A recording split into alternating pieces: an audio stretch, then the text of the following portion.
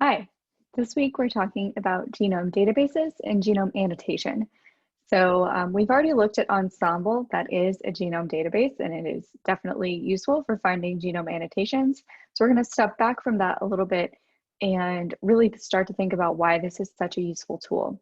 So I'm going to start here at the NCBI, the National Center for Biotechnology Information website, which has information about the human genome. So we've looked at this a couple of times now. These are the 22 human autosomes, X, Y, and you can't even really see it, but they're kind of depicting the mitochondrial genome here. And what you have here are files that you can download and you can start to analyze these. I'm not going to click it right here because I already have, but right here, GRCH38, the GRC stands for Genome Reference Consortium. H for human, 38 is the current version of that assembly that we're on. You have the ability to download different sequence files, and we're going to be talking about all of these types in this class. I'm first going to start out just with the reference genome sequence, that is just the A's and the T's and the G's and the C's. So if I were to click this right now, it would take about 20 minutes for this file to download. So I'm going to skip ahead and show you that I've already done that. Let me switch my screen. So what you're looking at right now is a terminal. I want to look at this genome file. It's a text file. It's just a file that has a bunch of A's and T's and G's and C's in it, but it's also 3 gigs big. And I cannot open that file in Microsoft Word. It would crash my computer. I can't even open it in a kind of more basic text editor. I really just need to take little peeks at it on the command line. And so that is what you're seeing here. So this is a terminal. This is the kind of built-in application on my computer that allows me to talk more in the language that the computer is talking. And so you're seeing this $sign here as a prompt. And right now it's saying, what do you want me to do? And the first thing that I'm going to do, and this isn't important for this lecture class, at least, people in the lab, I know you are getting a lot more exposure to this. But for the lecture, it's not important that you understand every command that I'm about to do, but you should understand the type of information that we're going to eventually be looking at. But I just want to prove something to you. And the first thing I'm going to say is pwd, and I hit enter, and that's path to working directory.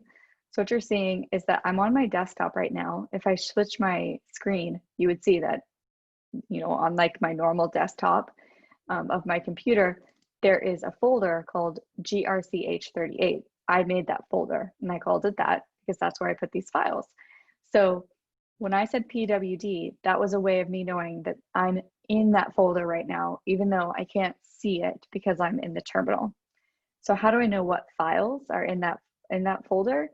I can say ls, and it's going to list the files that are in there. And I currently have 2 files in there. Ignore the one that says single in it for right now.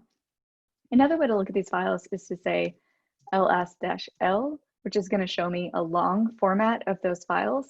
And I can start to see things like when I downloaded it and what the file size is.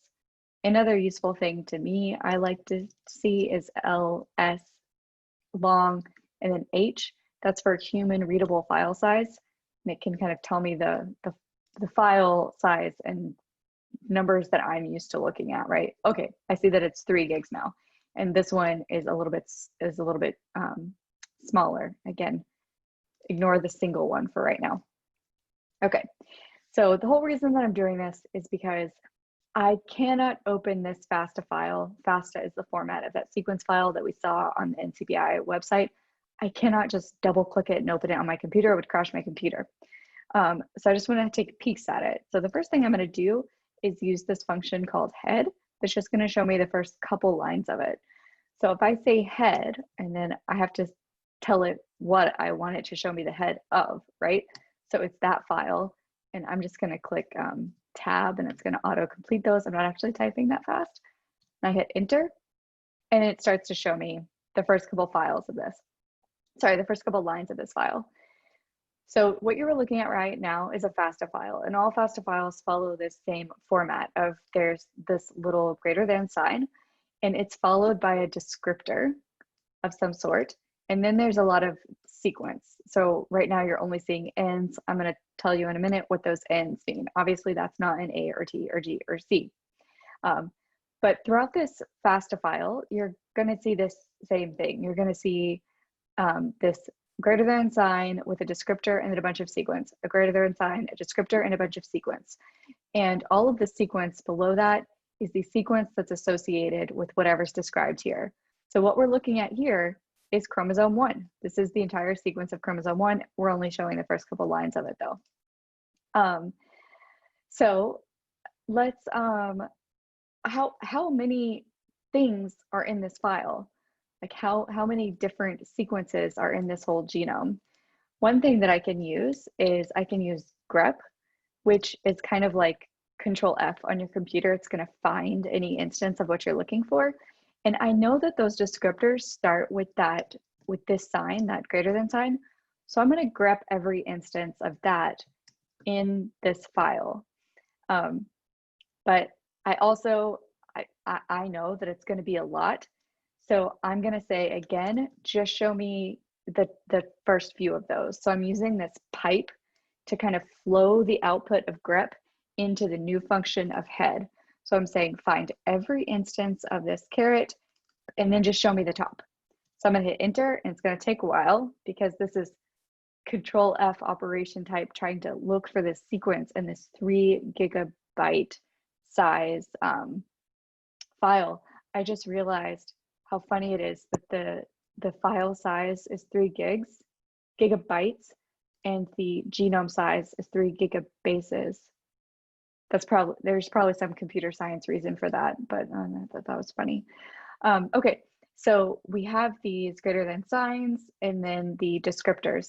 And now, since I said grep with just lines that have that caret in it, it's leaving out all of the sequences that go with it. And so I see a couple of things here. First of all, I see that at least for these couple that it showed me, these all are chromosome 1. And so what we're seeing here is you say in C something. This means it's a curated assembly of chromosome 1. And then we have in T, chromosome 1, but it's an unlocalized genomic scaffold. So it uses this NT to say that this was kind of an automatic submission. No one actually went in and tried to make this into a full chromosome. Even in our nice human genome, we still don't have chromosome level assembly for all of the sequence that we know. There are sequences contained in this scaffold that we know go somewhere on chromosome 1, but we don't know where. The end, middle, like we just don't know. So that's why they're still scaffolds, even though we also have chromosomes in our assembly. So let's look at one of those scaffolds, right? So I can do this again. I can say grep. Now I'm going to add something new. I'm going to say -A5, and that means don't just show me the one line where you found this thing. Show me that one line in the next 5 lines. And what do I want to look for? Let's look for this one, right? I can just copy and paste this in here if I want.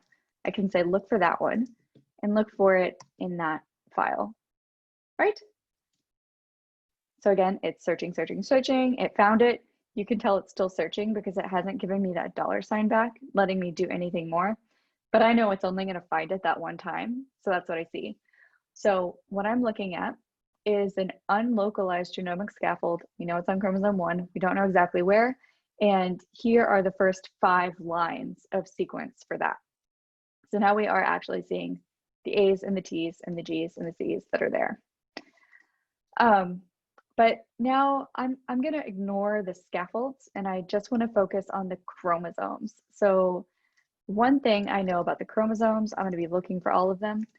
I know that they start with the greater than sign and then NC, not NT. So I'm going to grep specifically for that.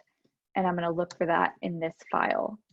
And it's just going to start printing them all out for me. Like chromosome 1, 2, 3, 4, 5, 6, 7, 8, 9, 10, 11, 12, 13, 14, 15, 16, 17, 18, 19, 20. Oh, it got kind of faster at the end. You might be able to guess why, right? Didn't have as much sequence to go through because the chromosomes with bigger numbers are smaller. So I see everything that I expect to see. I see the 22 autosomes, X, Y, and the complete mitochondrial genome as well.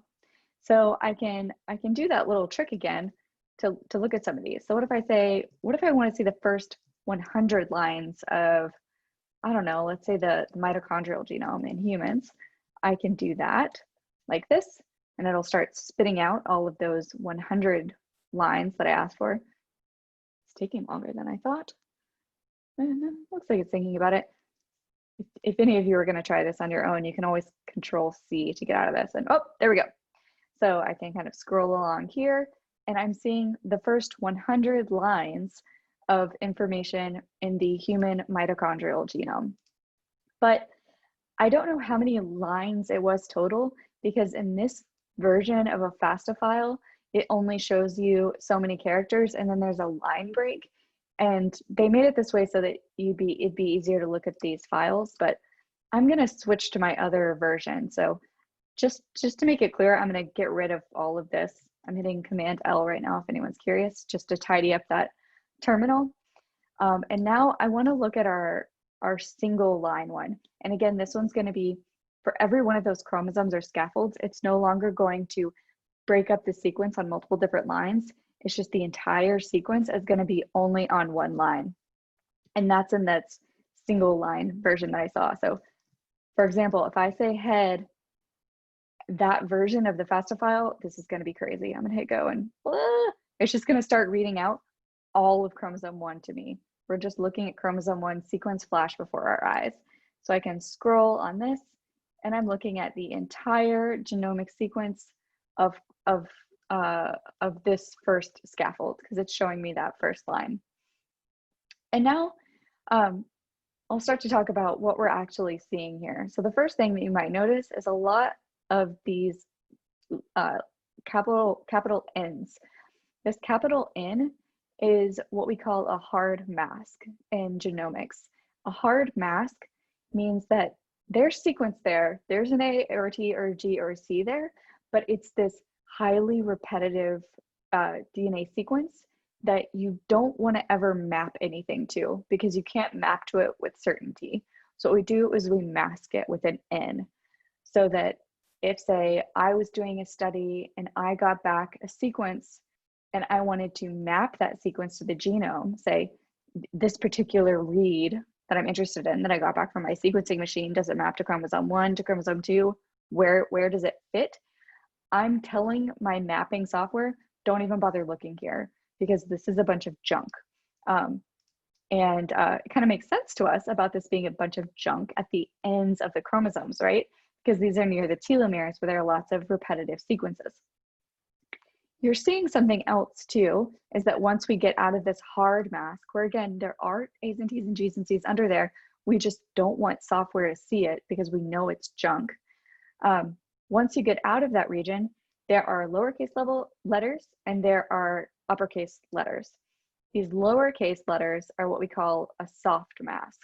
So if you notice here, it's still repetitive, right? We're still saying T, A, A, C, C, C, T, A, A, C, C. If you just go along there, it's still repetitive, but it's not as bad as what's here under the hard mask. So the version of this file says you can keep it in there. It still might be useful. Some mapping softwares take that uppercase, lowercase into consideration when making decisions about where to map a read. Some don't though, but that's why that they're lowercase. And then the uppercase is where, I mean, you can even just see this with your eyes, that these regions are not repetitive. So these not repetitive regions are where we think there might be genes, right?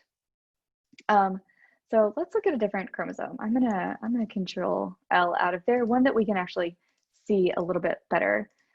So for example, I want to look at chromosome 22. So I'm just going to copy this in. I have it from somewhere else. Oops. That's not what I want to do. Oh my goodness. I'll just delete that. I don't know what's happening. I'm going to grab the first line of this. Oh, I see what I did. I just copied in that. Of chromosome 22. And I specifically want to look at it from that single line FASTA file. So this is all going to start scrolling in front of our eyes as soon as it finds it. And it went a lot faster. Chromosome 22 is a lot smaller than chromosome 1, right? And so again, you're seeing a couple of features here. Let's go all the way up to the top. In chromosome 22, you see that you have this this big N hard masking for a long time.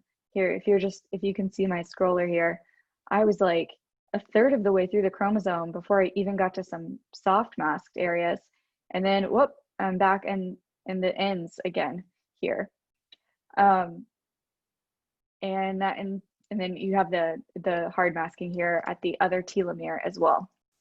So if this looks like a lot to look at with your human eyes, yeah, that's right. It's a lot to look at with your human eyes. So this is the DNA sequence, the genomic sequence, but it's unannotated. Besides the masking that we see here, I cannot, just by looking at this with my eyeballs, figure out what is where. But thankfully, we have already been looking at an annotated genome, right? So I'm going to go back to this screen where I have our favorite ensemble pulled up. So all of that sequence we were just looking at for chromosome 22, now you're seeing that here in a genome browser. And this probably looks much better on your eyes, right? You never knew how good you had it with ensemble. So remember, the red box is showing you the region that we're currently looking at. And you can see now that this matches up with what we just saw in the raw sequence. These dark bands and these regions where there are no bands at all. The dark staining, which is what this dark color represents, indicates a heterochromatic region. So a region of the genome that has lots of repeats and it's typically highly packaged. Go way back to our earliest videos if you want to remember how DNA is packaged in the cell. And when it's tightly packaged, when it's heterochromatic, it's going to stain this dark color, and it's also not going to be expressed. And these tend to be regions that are highly repetitive and don't have a lot of genes. And this is true. We just saw it when scrolling through the actual genome sequence, that it was mostly ends, that hard mask repeats, and then some soft mask repeats too. But even if I move along here, I'm seeing, there are no genes popping up. It's just as I move that little red box, oh, there are a few genes there, but still not a lot. It's not until, just like when we were scrolling through the chromosome, we saw you're like 2/3 of the way through the chromosome that you start to see regions where there's actual DNA sequence. And oops, I'll jump to that region there. And now what you are seeing in the diagram up here are the actual A's and T's and G's and C's, the length of that chromosome. But now we have our wonderful annotations, or saying what genes and what genomic features are actually in that region. So we'll talk about that a little bit more with some problem sets and in class.